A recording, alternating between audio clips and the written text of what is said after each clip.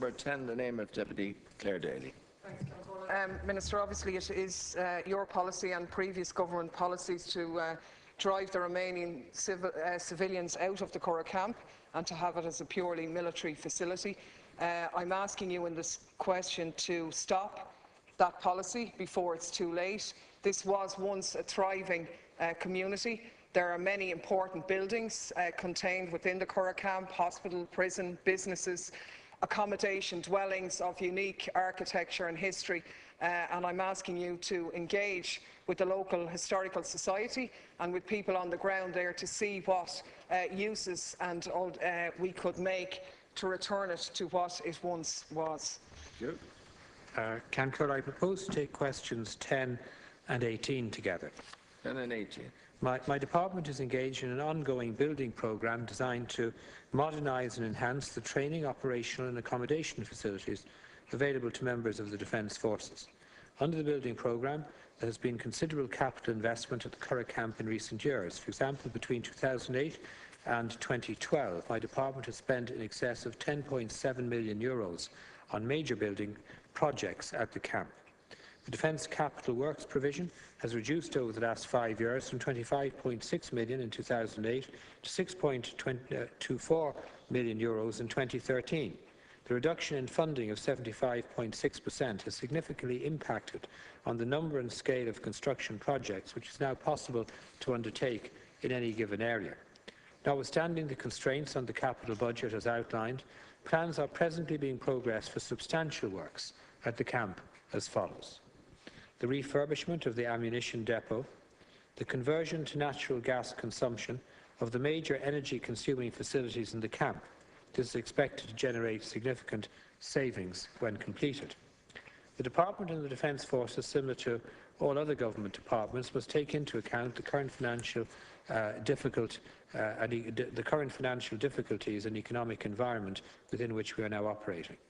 The budgetary situation and the operational requirements of the Defence Forces are the primary factors in determining the individual projects which can be completed within the Curragh camp, as can be seen from the work undertaken to date, where appropriate existing buildings within Curragh camp are restored. As part of the process for the allocation of funding for individual capital projects, an assessment of requirements, which includes cost-benefit analysis, is undertaken. Thank you. Deputy Daly. Yeah, I'm afraid, Minister, you've kind of avoided the central thrust of the question. Clearly, expenditure and improvements in capital projects in the Curragh for military purposes is one thing. I don't have a difficulty with that, but it doesn't in any way take from the very valid points that I'm raising in the question. And the heart of this issue is there's been a very narrow and, I suppose, neoliberal view taken of the Curragh camp that it is to be stripped down and redeveloped for military purposes only. I'd like to put it to you that that's quite short-sighted. There are in that facility numerous buildings which you are planning to demolish in an act, in my opinion, of social vandalism and annihilating a key part of our state's history. People have lived in the Curragh camp for over 100 years, thousands of people. Hospitals, businesses, schools, there are still 3 schools there. Life is becoming very difficult for the remaining people who are there. Is this whole phase of our history to be wiped out? I think it could be developed. There are many uses. For example, Kildare County Council, there are 8,000 people on the housing waiting lists. Many of these properties could be redeveloped at very little cost, engaging in a public works programmes to have valid community uses which are there. Now, that's a project beyond the Department of Defence. I'm well aware of that, but a visionary and somebody who cherishes Ireland's history and heritage would engage with that, because these buildings are not beyond salvation, but the time is running out on them, and if they're destroyed on your watch, then I do think that it will be a legacy of vandalism, actually. Minister. Dear Lord. The Deputy seems to lose sight of the fact that the Curragh camp is a military camp. She seems to want to create another version of a new city or a new town in the Curragh. I look forward to one day, as I raised with Deputy Wallace yesterday, that I'd be interested in sharing with me what it is that's good that the Gardaí do. I'd be interested in your sharing, Deputy, with us one day in this House what it is that's good that the Defence Forces do, because it seems to me that your only approach to defence issues is to raise a number of issues that are not directly connected with defence and the functions that our military perform at home and abroad, but which are issues that the Deputy obviously, and he's absolutely entitled to have, has a personal interest in, but which are designed always to suggest that the Defence Forces or my department lacks insight in what we're doing. Our primary role in the Department of Defence is to ensure that the Defence Forces receive the training to which they're entitled, have available to them the resources to which they're entitled, that our barracks are fit for purpose in the 21st century, and that improvements are made which benefit the functions and capabilities of our defence forces. And as I said previously, there's an ongoing building programme to modernise and enhance the training and operational facilities available to the members of the Defence Forces. I don't have an open pot of money that I can spend on other matters. The funding doesn't exist. The Deputy may have noticed the state has had certain fiscal difficulties. I know that her and her colleagues believe there's an open pot of money to throw like confetti at a wedding at every project that they think of without ever having to raise any taxes in order to meet that expenditure. But the Curragh camp effectively is an operational military installation, and as such the priorities on development of facilities to enhance the operational capability of the Defence Forces, where facilities are needed, existing buildings are assessed, and if cost effective they are restored to meet the need. And I make no apology for developing facilities to enhance the operational capability of the Defence Forces, because that is what is required, and that must be the primary objective. I'll let Deputy Wallace in and I'll come back to you. Deputy Wallace. Thank you, Curragh. Minister, we fully understand that funding is scarce, but I don't think that should prevent you from looking at what's the best option for the state. And we were actually out there 2 weeks ago looking at the properties, and I have to say that the old red brick houses, the married quarters, a lot of them were very well built. There's good brick, slate, cast iron fittings, there's hardwood timbers used in them. Now, a lot of the repair work has been poor, and cheap material used on them, like there's cheap PVC being used, there's white deal, which was never meant for Irish weather, and they give them a real bad look. But I actually believe that these houses could be renovated in a sensible way, and that they would be worth it for what they would cost to renovate. Now, I mean, if the alternative housing is a serious problem because there's a shortage of it, and as the Deputy said, there's a waiting list of 8,000 in Newbridge alone. So, I mean, I know you say this should be military only, but I mean, the community are involved in the place as well, and you know there's 3 schools which run successfully in the place, and there's people from outside the camp involved in them. I mean, I think it would be a good investment in the state, and I don't know if you've looked at the cost-benefit analysis of what the alternatives are if you don't look after these houses. Well, firstly, and I mean this seriously, I'll bow to the Deputy's expertise in the construction industry in looking at the houses and what their possibilities are.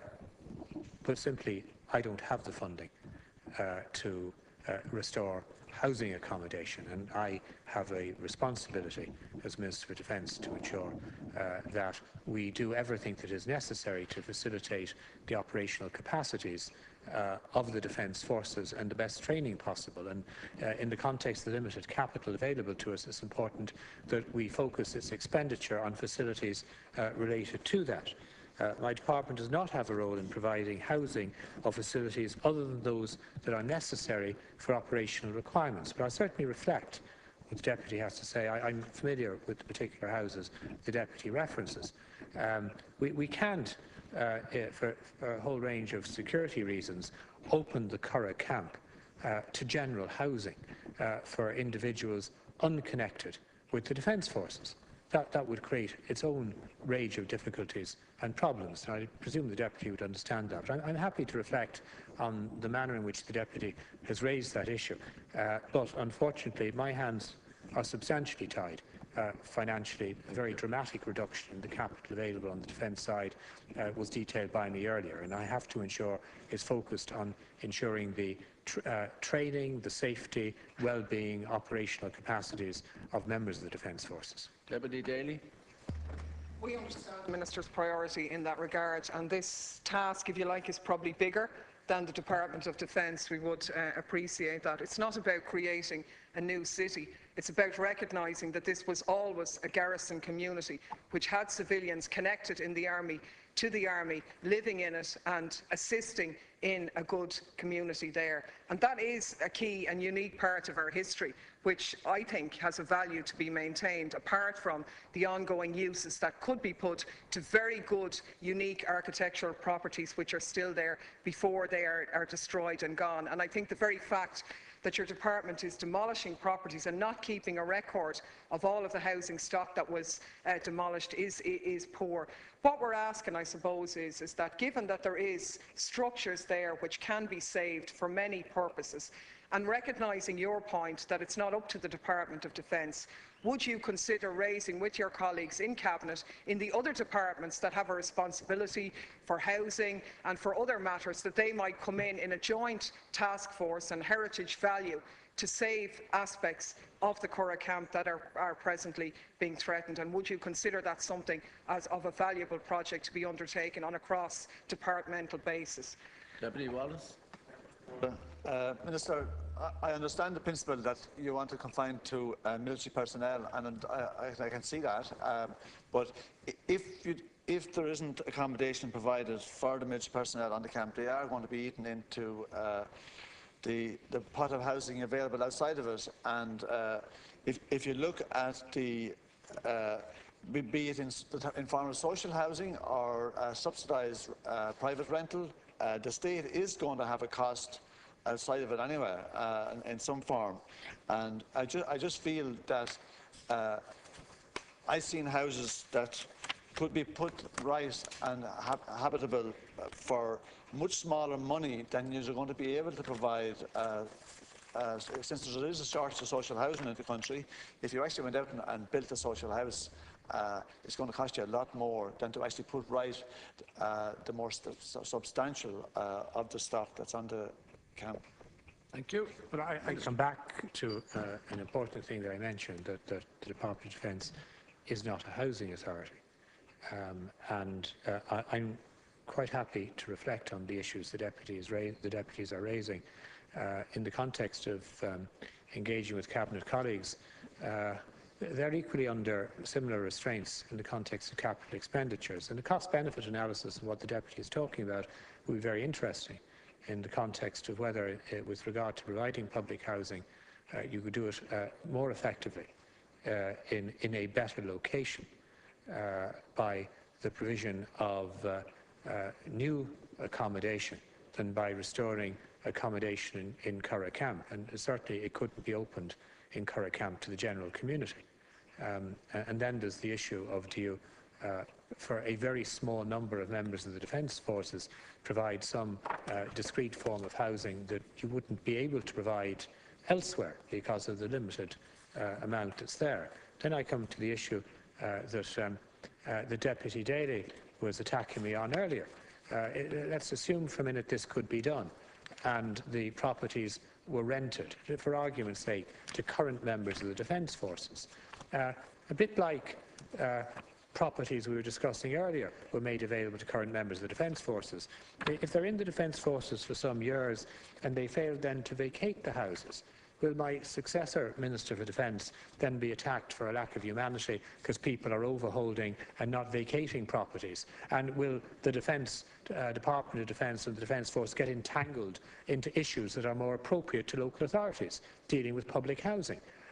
So there's a difficulty in this area, and with respect to the deputies, I absolutely understand they have a genuine concern about this, and it is an interesting issue as to whether it could be dealt with differently.